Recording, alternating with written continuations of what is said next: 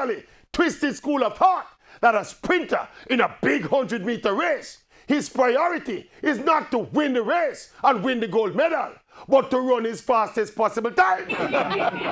No, everyone has a right to their opinion. But me not lie, we need to have that right taken away from some people. I mean, it's basic common sense. The objective of any sprinter in a big final must be to win the race and win the gold medal. The time is secondary.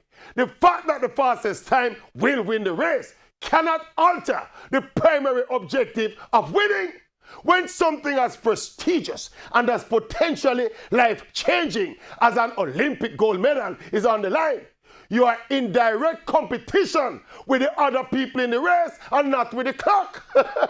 In that instant, the gold medal must be more important than the time. Plus, you might have a strong headwind, cold, soggy weather. In those conditions, a fast time would be the furthest thing from a sprinter's mind. It's all about winning. And I'm going to destroy this stupid notion by asking the simple question.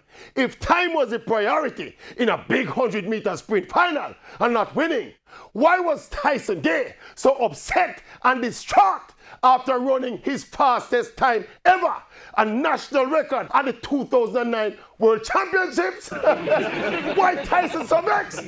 It was simply because he failed to win the gold medal despite running his fastest race. I rest my case. That's your mad people.